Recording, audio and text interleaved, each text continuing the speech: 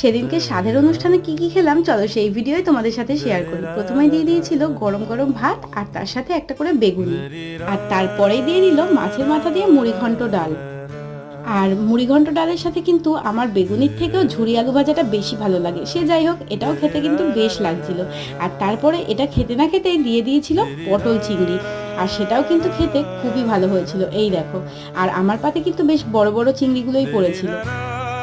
আর ওরা এত তাড়াতাড়ি পরিবেশন করছিল যে এই গরমের মধ্যে এই গরম খাবারগুলো খাওয়া কিন্তু একটু চাপের হয়ে গেছিল।